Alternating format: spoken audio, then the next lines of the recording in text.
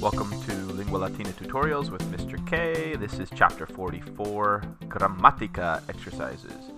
So here we have practice with adjectiva, and we're supposed to answer the question. Qui casus? Nominativus, accusativus, genitivus, dativus, ablativus, uter numerus, singulares, plurales, quod genus, masculinum, femininum, neutrum, quae declinatio, prima, secunda, tertia.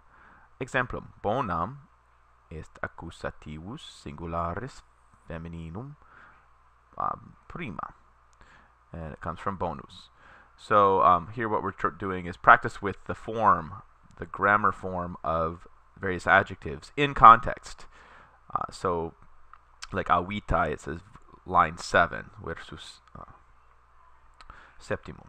So we're going to look at line 7 of the text and see what the form of avitai is. So at first we got to give the case. What case? Nominative, genitive, dative, etc. What number? Singular or plural. What gender? Masculine, feminine, neuter. What declension does it belong to? First, second, or third? And here we have bonam was the example, and that's accusative, singular, feminine, first declension from bonus. Avitai in the text, if you look at the very beginning of our story of chapter 44, it is memor avitai gloriae, mindful of his ancestral glory. And so avitai there we know is, since it says of his, mindful of his ancestral glory, it's a objective genitive, so we need genitive here, so genitivus, just short form of genitive, and we know it's singular, and it is feminine, and it is first declension.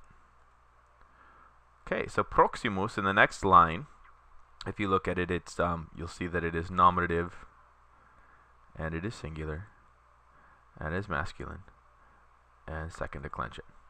Okay, so go ahead and try the rest of those forms.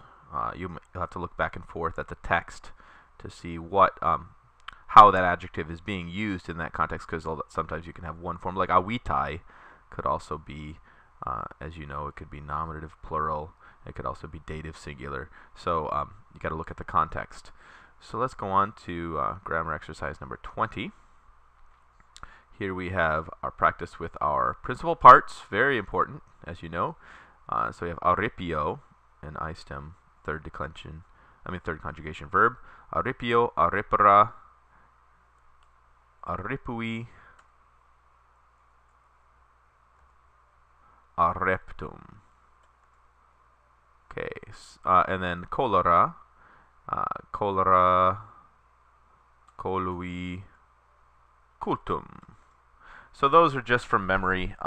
Look at your margin notes, listen to your margin notes, and practice those, and to where you can recite all of the principal parts for these and go through them. And if you don't get them the first time, go through several times through this exercise until you know all of these principal parts. Okay, so we're done with chapter 44.